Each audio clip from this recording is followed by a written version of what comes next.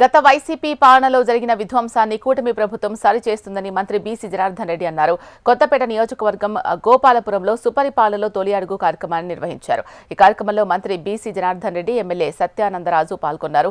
అనంతరం పలు అభివృద్ధి కార్యక్రమాలకు శంకుస్థాపన చేశారు. ఇంటింటికి తిరిగి ప్రభుత్వం అమలు చేస్తున్న సంక్షేమం గురించి, రాష్ట్రంలో జరుగుతున్న పలు అభివృద్ధి పనులను ప్రజలకు తెలియజేశారు.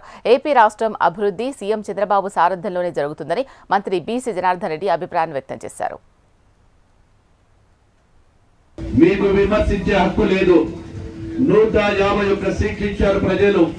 నిజంగానే మీ బటన్ నొక్కింటే, నిజమే మీ సంక్షేమ పథకాలు ప్రజలకు నచ్చింటే, నిజంగానే మీరు చేసినటువంటి పరిపాలన నిజాయితీ గల పరిపాలన, నిజమైన పరిపాలన, మీరు అభివృద్ధి సంక్షేమం చేస్తే ఎందుకు వైనాట్ 175 నుంచి 11 సీట్లకు ప్రజలు చీకొట్టారే?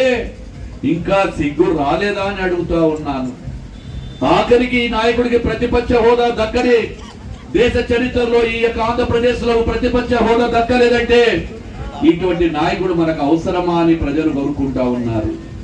ఇచ్చిన 11 మంది పరిపాలన 11 మందిని గెలిపిస్తే ప్రజల జీతాలు డబ్బులతో తీసుకుంటే అసెంబ్లీకి రాని అసమర్థులు మీరా తెలుగుదేశం ప్రభుత్వాన్ని, కూటమి ప్రభుత్వాన్ని ప్రశ్నించేదని అడుగుతా ఉన్నాను.